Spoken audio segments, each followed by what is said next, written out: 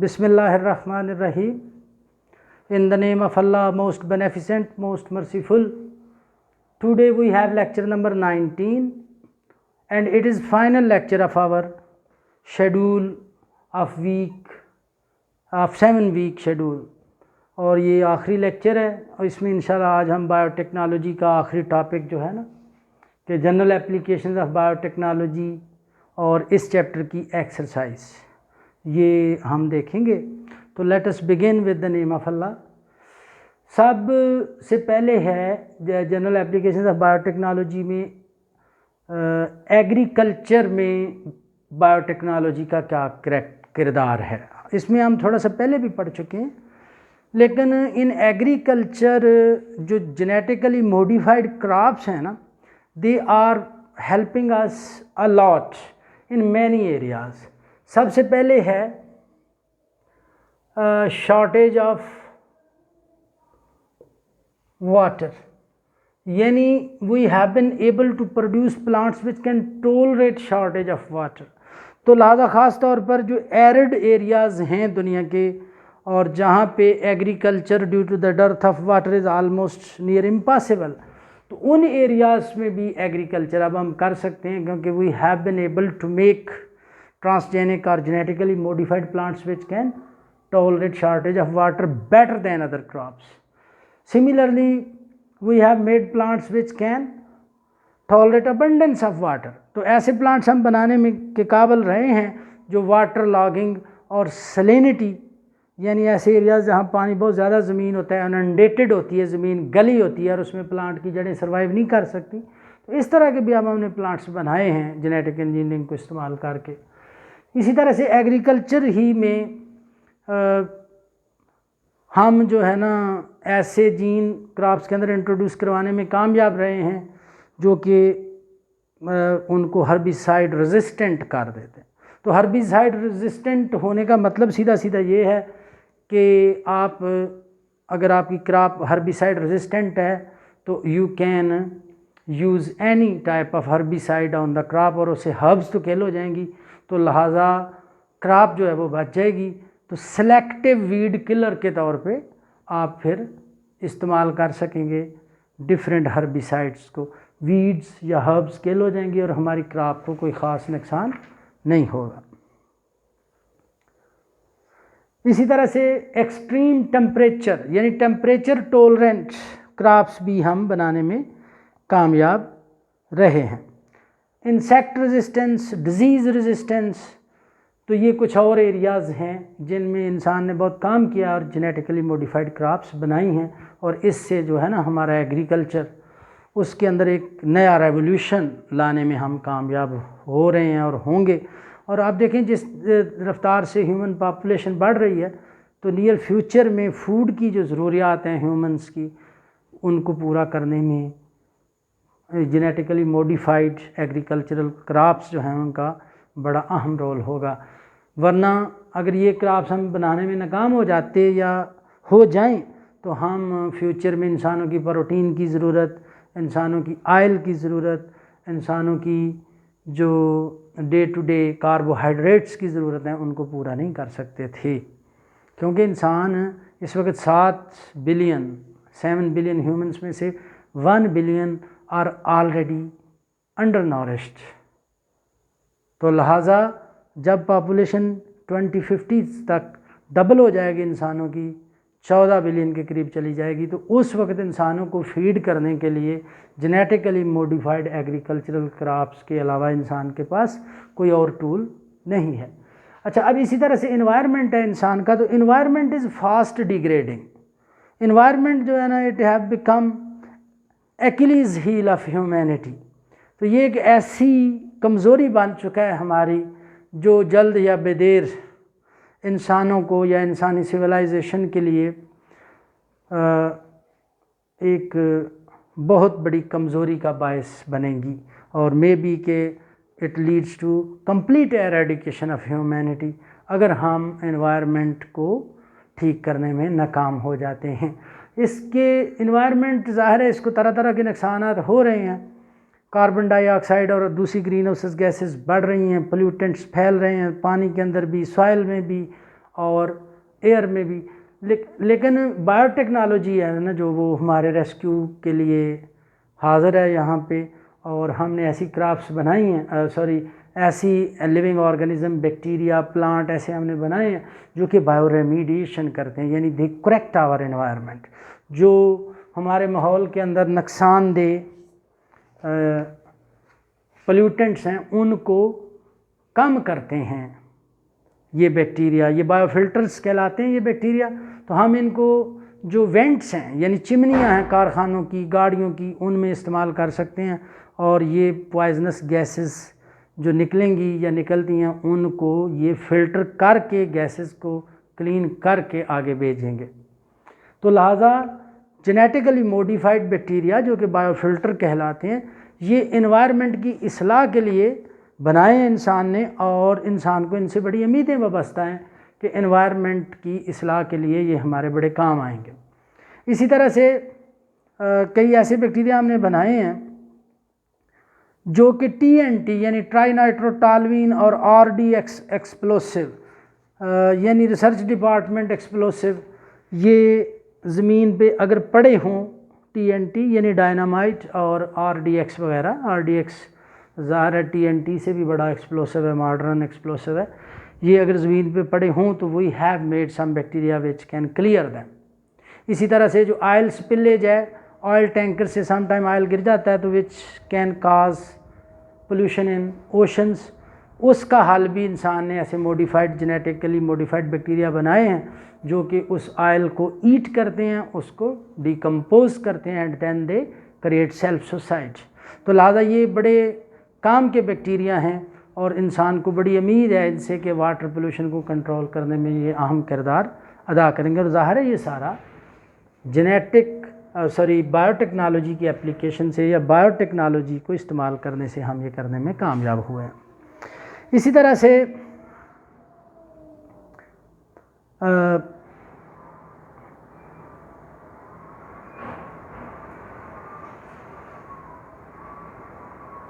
इंसानों ने हेल्थ में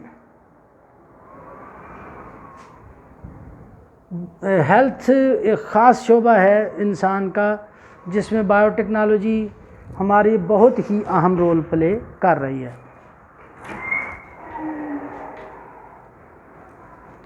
हेल्थ में सबसे पहला जो है ना वो है एक अहम फैक्टर है थेराप्यूटिक्स, यानी ऐसी चीज़ें इंसान ने बनाई हैं which can help control us different disease. मिसाल के तौर पर ह्यूमन इंसुलिन का भी थोड़ी इससे पिछले लेक्चर में हमने तज़किरा किया था। इसी तरह से एक प्रोटीन है जिसे हम इंटरफेरोन बोलते हैं। तो इंटरफेरोन जो है ये नेचुरल ह्यूमन प्रोटीन है, और ये जो हमारा इम्यून सिस्टम है ना उसका एक बहुत बड़ा सोल्जर है। ये एंटीवायरल है ये protein, and it kills all those viruses which intrude into human bodies. तो लिहाजा इंटरफ्यूरोन जो है ना ये अब बैक्टीरिया को इस्तेमाल करके और लेबॉरेटरी कंडीशंस में ये बनवाई जा रही है, और हेपाटाइटिस को बॉडी में से एरेडिकेट करने के लिए ये एक थेराप्यूटिक मेडिसन, एक थेराप्यूटिक एजेंट के तौर पे इस्तेमाल होती है इंटरफेरोन। इसी तरह से इंसुलिन का तज़किरा पहले हुआ, तो ग्रोथ हार्मोन जो है ये हमारा नेचुरल हार्मोन है जो हमारा पिट्यूटरी ग्लैंड बनाता है, and it helps to increase height of humans when they are in their growing age. और जब जो ग्रोन अप्स होते हैं उन ग्रोन अप्स के अंदर ये प्रोटीन बनवा के तो बॉडी के वेट को कायम रखता है। तो some time due to malfunctioning of pituitary gland not sufficient levels of human growth hormone are produced in body and it can lead to retarding of the growth। तो लिहाजा इंसान जो है ना ये ग्रोथ हार्मोन भी laboratory में अब बना रहा है, और इंसानों की हेल्थ को इसने बेहतर करने में बड़ा अहम किरदार अदा किया।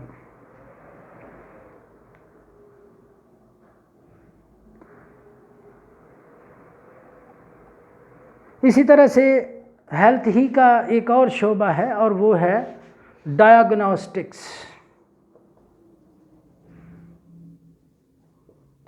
यानी बायोटेक्नोलॉजी को इस्तेमाल करके इंसान डिफरेंट जर्म्स या डिजीज़ का बॉडी में वो मौजूद हैं या नहीं हैं इसका पता चला सकता है। तो HIV टेस्ट करने की किट्स इस वक्त मौजूद हैं। इसी तरह से रोज़ाना की बुनियाद पे शुगर मॉनिटर करने की किट्स मौजूद हैं जो छोटी सी टेस्ट स्ट्रिप से आप कर सकते हैं। रोज़ाना की बुनियाद पे जो हमारा कोलेस्ट्रॉल लेवल है वो चेक करने के लिए हमारे पास मेडिकल टेस्ट किट्स मौजूद हैं और ये सारा बायोटेक्नोलॉजी की वजह से हुआ। ज़ाहिर है ये एंजाइम बेस्ड होती हैं ये मेडिकल किट्स, और ये एंजाइम जो हैं दे आर प्रोटीन्स, और ये प्रोटीन जो है ना they are being made in laboratory, और फिर ये स्ट्रिप्स के ऊपर लगा के इंसानों को दी जाती हैं। तो डिफरेंट केमिकल्स को ये हमारी बॉडी के अंदर जब हम ब्लड इन पे रखते हैं टेस्ट करके बताती हैं कि how much sugar is present in the blood, how much cholesterol is present in the blood, और some viral agents are present or not. For example HIV, और जैसा कि आजकल हो रहा है कोरोना को टेस्ट किया जा रहा है। तो ये सारा जो है ना that is due to the revolution in biotechnology. तो ये हेल्थ के शोबे में बायोटेक्नोलॉजी का बड़ा नॉवेल और बड़ा हेल्पफुल इस्तेमाल है जो इंसान कर रहे हैं।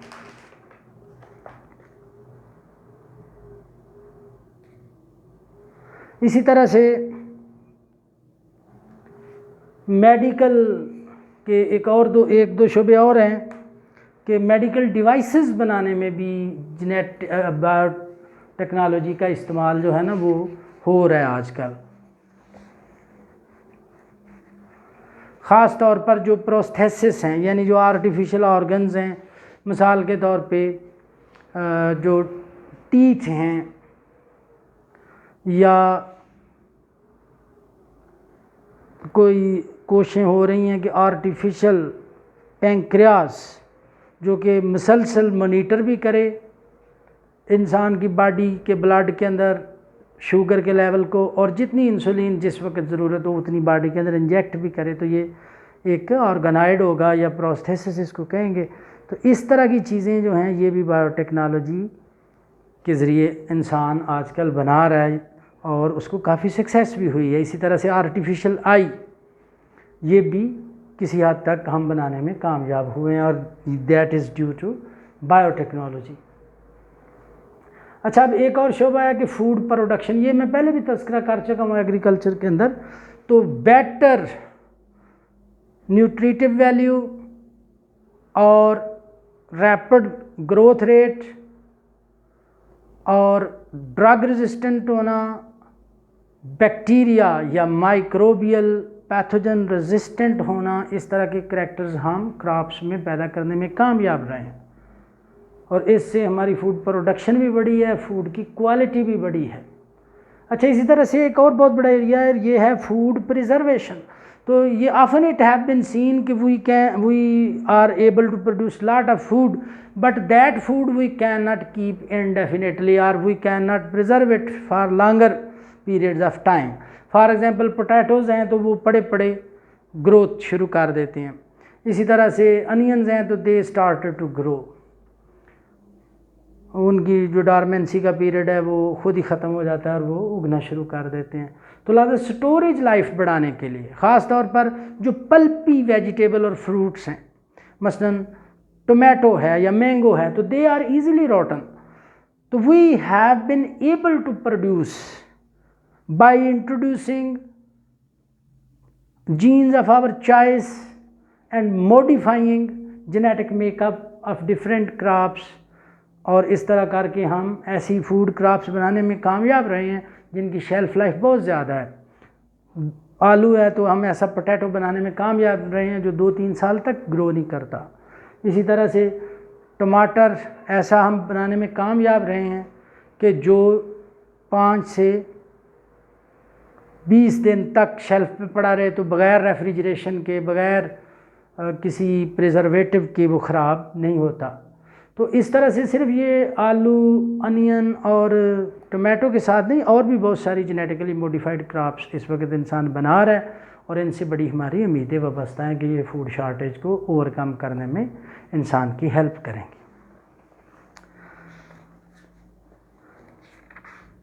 इसी तरह से वैक्सीन्स का पहले भी तज़किरा आया है, तो ये हेल्थ में का ही एक सब टाइटल था, वैक्सीन्स कई बीमारियों की बना रहा है इंसान, और वो एक्चुअली बायोटेक्नोलॉजी से बन रही हैं, जैसा कि मैंने एग्जांपल दी थी हेपेटाइटिस बी की। इसी तरह से एनिमल्स की जो डिज़ीज़ है, वायरल डिज़ीज़ है मुंह खुर की, फुट एंड माउथ डिज़ीज़, उसके ख़िलाफ़ भी जेनेटिक इंजीनियरिंग को इस्तेमाल करके इंसान ने बनाई है अब वैक्सीन। और ये जूनोटिक डिज़ीज़ है, यानी ये एनिमल से it can jump to the humans.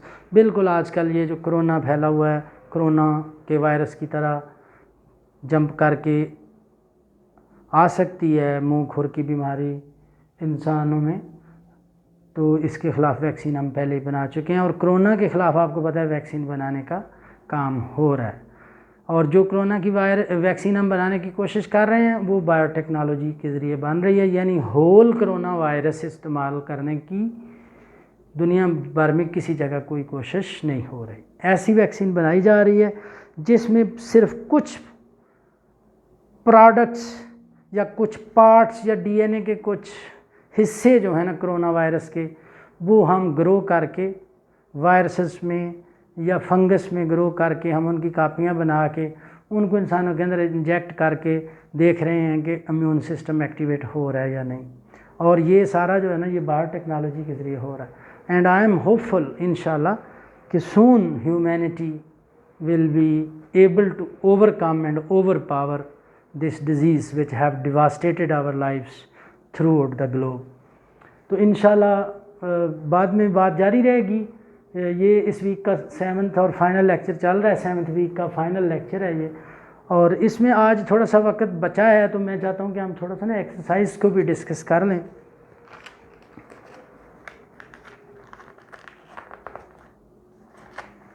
इसमें जो MCQ क्वेश्चंस है ना, इनको तो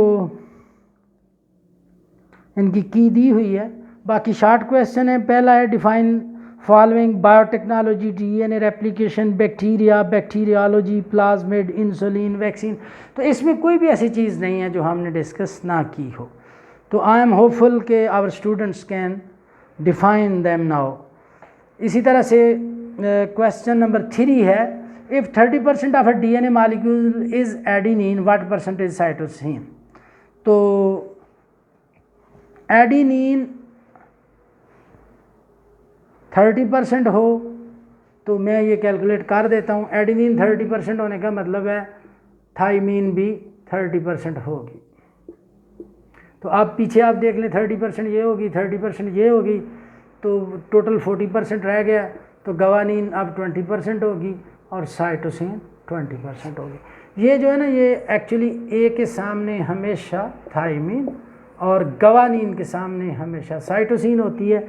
ये रूल है, इसको शरगाफ रूल कहते हैं, लेकिन छोटे बच्चों को याद रखने के लिए हम इसको एट गवर्नमेंट कॉलेज का रूल भी कह देते हैं। तो अगर एडेनिन जैसा कि उसने बताया 30% है, तो it is dead sure that thymine is going to be 30% as well, and both of these if are present in 60% in the DNA, then other two bases guanine and cytosine are going to be 40%, and both guanine and cytosine will be 20%, 20% or half of the 40% each. अच्छा, अब इसके बाद एक question है, what is difference between chromatin and chromosome. तो chromatin बेटा वो material है जो कि स्प्रेड होता है, थ्रेड्स की तरह का फैला हुआ मटेरियल है, न्यूक्लियस के अंदर ये मौजूद होता है, और जब ये कॉइल कर जाए, जैसे आप यूँ समझें कि धागे बिखरे हैं, तो मैं उनकी एक स्पूल, उनकी एक जो है ना रील बना दूँ, तो वो मोटा हो जाएगी वो रील और वो नज़र आना शुरू हो जाएगा। तो ऐसे ही है, chromatin is a spread DNA material in the nucleus, while when it condenses and coils and become thickened and become observable, then it is called as chromosome. अच्छा, नेक्स्ट क्वेश्चन है कि बायोटेक्नोलॉजी और बैक्टीरियोलॉजी में क्या फ़र्क है। Biotechnology is a technique in which we use biological organisms और their parts. Bacteria इस्तेमाल करते हैं हम, फंजाई इस्तेमाल करते हैं, वायरसेस इस्तेमाल करते हैं फॉर ह्यूमन बेनिफिट। तो लिहाजा बायोटेक्नोलॉजी तो ये है। और इसमें आप जानते हैं कि कुछ एनिशेंट किस्म की टेक्निक्स हैं जैसे दही बनाना और लिक्कर बनाना, और कुछ मॉडर्न हैं जैसे इंसुलिन बनाना।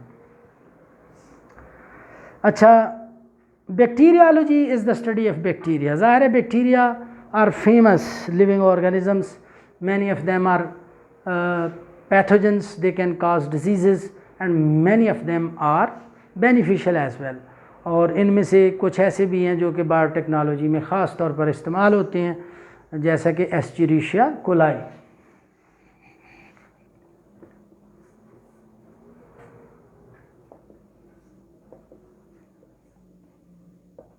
तो ये इंसान के डाइजेस्टिव सिस्टम में रहने आमतौर पर ऐसे लिख देते हैं, इंसान के डाइजेस्टिव सिस्टम में रहने वाला बैक्टीरिया है, और ये जेनेटिक इंजीनियरिंग में, इंसुलिन की प्रोडक्शन में या रिकम्बिनेंट डीएनए टेक्नोलॉजी में बहुत इस्तेमाल होता है। बहरहाल बैक्टीरिया की स्टडी को बैक्टीरियोलॉजी कहते हैं जी। इसके बाद name of few biotechnological products. तो देयर आर सो मैनी, जैसा कि हमने कहा इंसुलिन है, ग्रोथ हार्मोन है, जेनेटिकली मॉडिफाइड क्रॉप्स हैं, जेनेटिकली मॉडिफाइड बैक्टीरिया हैं विच कैन बायोरेमीडिएट डिफरेंट पोल्यूटेंट्स। इसी तरह से मोनोक्लोनल एंटीबॉडीज़ हैं या वैक्सीन्स हैं, जैसा कि हेपेटाइटिस बी की वैक्सीन इसी से यानी बायोटेक्नोलॉजी से बनती है दुनिया भर में।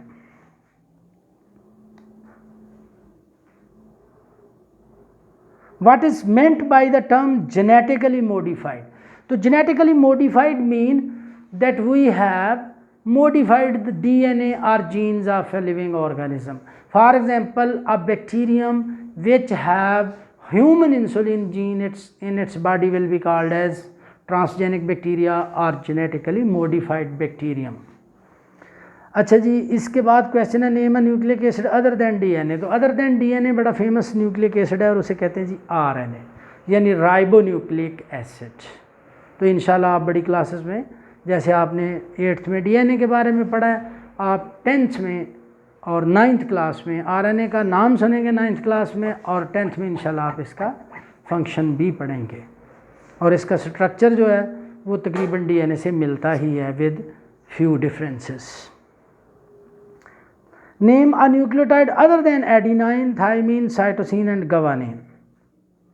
तो एक और बड़ा फेमस न्यूक्लियोटाइड है, उसे कहते हैं जी यूरासिल, जो कि इस्तेमाल होता है आरएनए के अंदर, राइबो न्यूक्लिक एसिड के अंदर।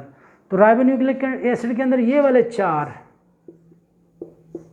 न्यूक्लियोटाइड इस्तेमाल होते हैं, यानी एडिनिन, यूरासिल, गवानीन और cytosine.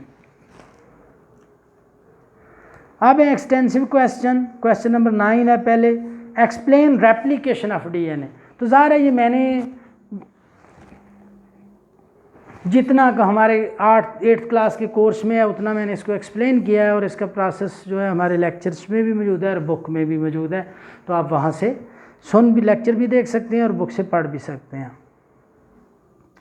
Describe the structure of A bacterium, ये भी मैंने बताया था, बहुत डिटेल में तो नहीं, लेकिन मैं इसको थोड़ा रिवाइज कर देता हूँ। बैक्टीरिया आर बेटा simple organism, they have just 1 cell in their body, और इनका सेल जो होता है उसके ऊपर एक वाल होती है जो कि म्योरिन से बनी होती है। प्लांट के बरअक्स bacterial cell wall contains murein which is a glycoprotein.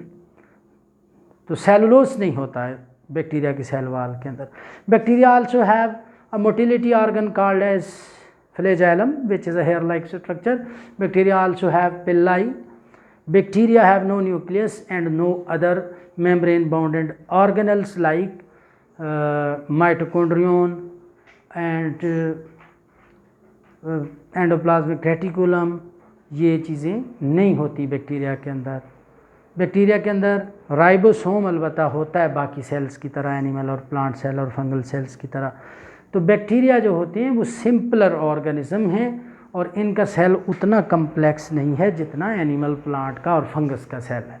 अच्छा, प्लांट और फंगस के सेल के बरअक्स bacteria have no nucleus as well, and bacteria have just one single chromosome which is circular in shape and which is not thread like or longitudinal like the chromosomes of other organisms.